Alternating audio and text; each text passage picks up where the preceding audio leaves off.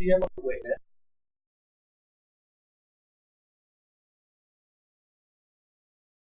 or testing required for exceptional analysis. And as a matter of strategy, some questions will be reserved for depositions with more spontaneous responses.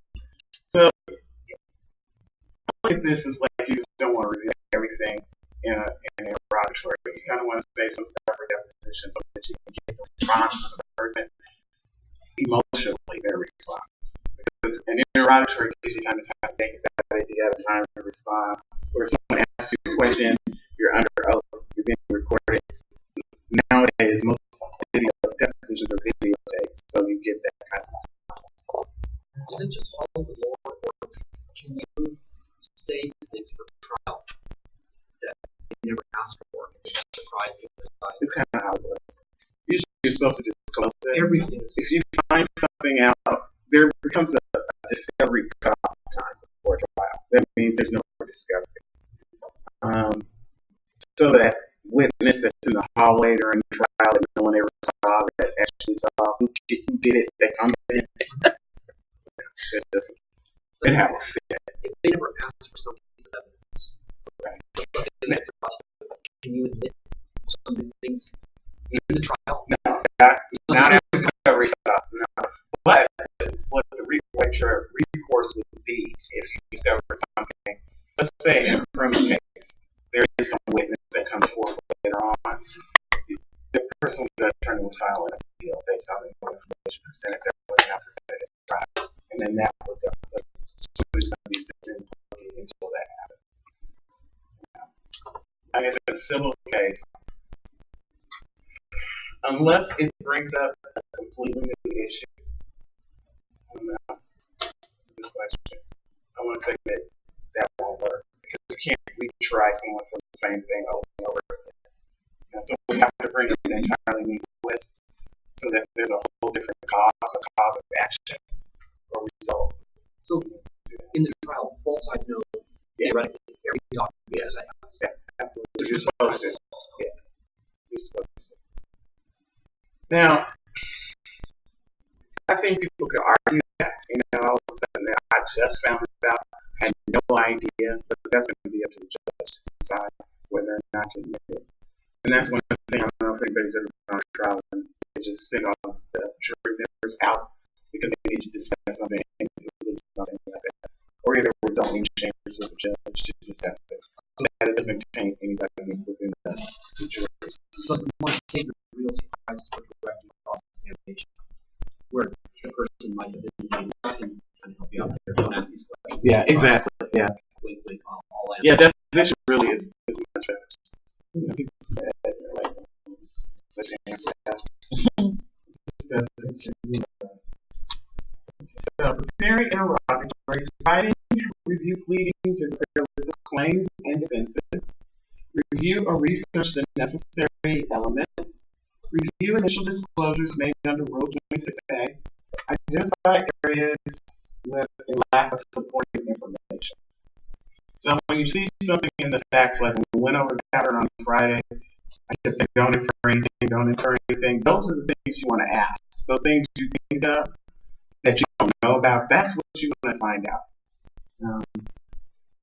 So that's what they mean. Identify areas like service, set of interrogatory should be sent to the opposing counsel if that party is represented. And reminders, never directly contact the party who is represented by counsel. Be sure to calendar, docket, or table the expected due date for answers. If responding to interrogatories, be sure to calendar the necessary reminders as well as the due date. And if the due date passes without response, a motion to compel may need to be prepared. So that's why we need that out of response that we talked about, so that you can make sure you don't miss these dates. And so responding to interrogatories, make 2 working copies, review with attorney to identify any objections, and copy to the client if limited. This is a paralegal's role. Okay, and review all case information. Meet with the client, draft responses, paralegal role. Review draft responses with attorney and if necessary, and meet with the client for verification of final answers. Be sure the response is received before due date. So what we do is we just send ours out to the client with a cover letter, have them respond, have them send it back, give them a response date that gives us enough time to finalize the document. Most likely what happens is they're not going to have complete answers. So you're going to have to meet with them or call them on the phone and go over everything and make sure that they've responded. And this is also true of depositions. I don't know if this is in here. When you take a client's deposition, your client's deposition is taken, you want to make sure that they were accurately recorded. So you'll send a copy of their transcript to the client and have them read it and make sure their responses are what they believe they meant to say, or if they said something that needs to be corrected. And you have so much time to make those corrections as well. So questionable objections. No, objectionable questions. The attorney will object to questions that should not be answered, seek information protected by privilege, work product document, and trade secret exceptions. Duplicative or under control of the requesting party, vague, overly broad, burdensome, general, and likely to lead to admissible evidence. That vague, overly broad, burdensome is the most commonly used. Because it's not uncommon for the other side to throw an interrogatory request for production at you that is really everything you got. I want everything. Whatever's in that file cabinet, I want. It's like, we don't have to do everything. So you have to narrow it and tell us specifically what's related to this case. We're just not going to throw the doors open for you. Right, so narrowing the scope. This is possible answer to objectionable interrogatory. Objection interrogatory is vague, overly broad, and unduly burdensome. In that it is not limited at any time the parties to or subject matter of the litigation. To the extent the question seeks information regarding telephone calls between defendant and plaintiff during the relevant times set forth in the complaint, they are listed below. So this is their answer to an objection. You notice they object, but they still give information, and that kind of avoids that motion to compel. You just give the objection and then say nothing about it. They're just going to come back and ask it again. So it's best to give them a little bit, and this is what they're entitled to. If the other side feels that they're entitled to more, then they can either try to request it in a second set and see if they get it, and eventually they'll file a motion. Okay, so motion for protective order. The requesting party may accept the objection coupled with a narrower answer.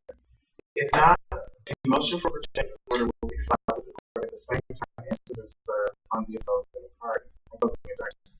The judge will sustain or overrule the objection. Discrepancies.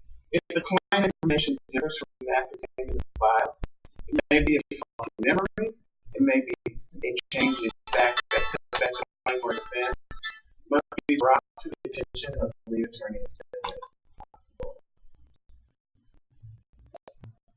Yeah, that's kind of interesting. The client signs under penalty of perjury.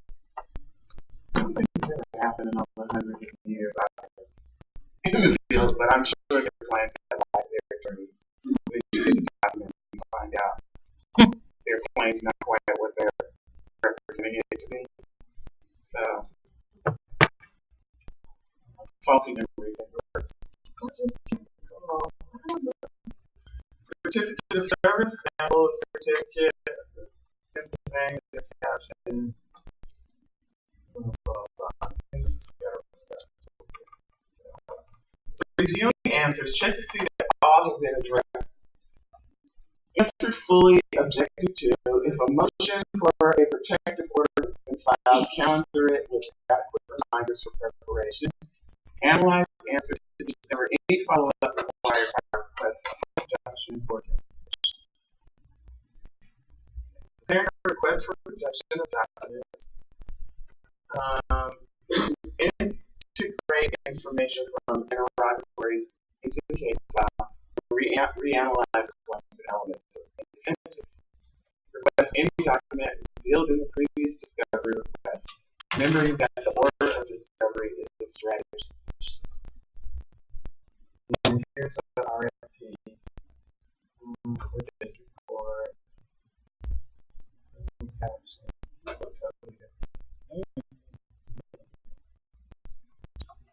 So, responding to requests for protection, each document requested must be reviewed by the attorney for possible objections, including relevance. Should the documents are numbered, each request must be answered with the document requested for an objection. If the production of documents is unduly burdensome, the requesting party may be permitted to review and copy the pertinent documents. So I was talking about when you go on site. Paralegals may do manual reviewing and copying of documents. The material requested may be in electronic format for litigation support for document management software research. The material may be scanned from hard copy for the same purpose. Basically, when I say copy, that's usually what we do now. Scan. She's not here. I think she's the one that was people that do that. Reviewing responses. Every request should have an answer. Be sure the documents requested are actually provided. If there are objections, the attorney must determine whether to proceed to the objection or defend the protective order request. If there is no response, a motion to compel may be needed. The meeting first before the initial scheduling conference with the judge. That's Rule 26A. Try to stipulate to timelines, formats of electronic documents required, clawback provisions, etc. Report it back to the judge for use at the scheduling conference. Scheduling conference will decide how they're going to run this trial.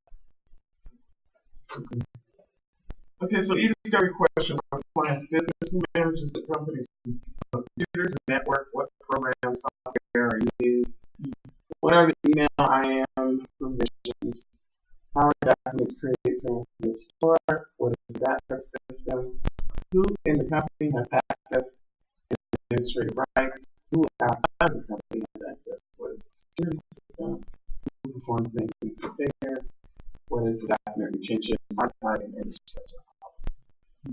So these are the questions they asked about name format, TIFF or PDF, metadata, cost of retrieving, destroyed or corrupted files, password on obsolete devices, and client's retention policy, which is called litigation hold. There's a big metadata article yesterday about this whole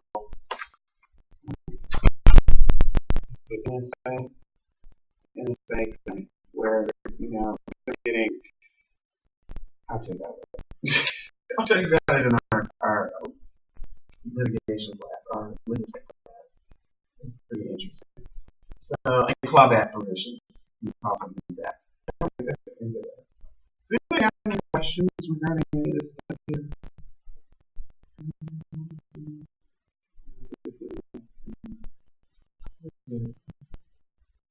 I'll make sure that gets posted.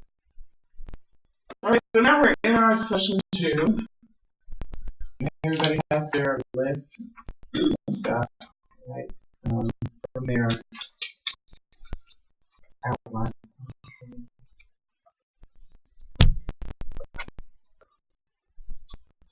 Exercise. There we bring this. We're going to work on this. So you guys have this as well. Have it with you? Yeah. Okay. So you just have to kind of refresh your list of pages. I want you guys to start thinking about this.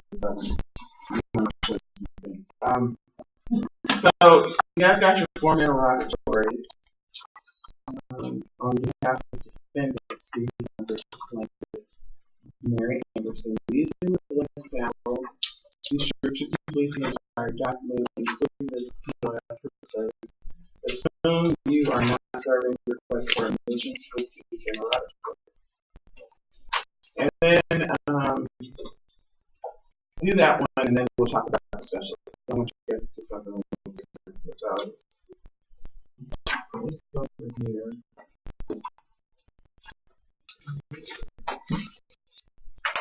Do you guys have this copy too? Is that in here? See how they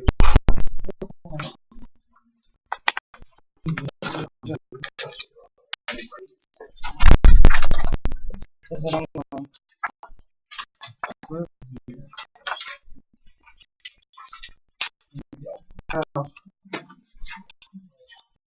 why don't we do this? We started on this.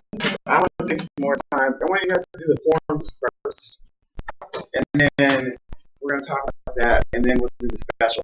Because I want to bring up something that's not included in your packet, but it will make the lesson exercise come together a little more so for you.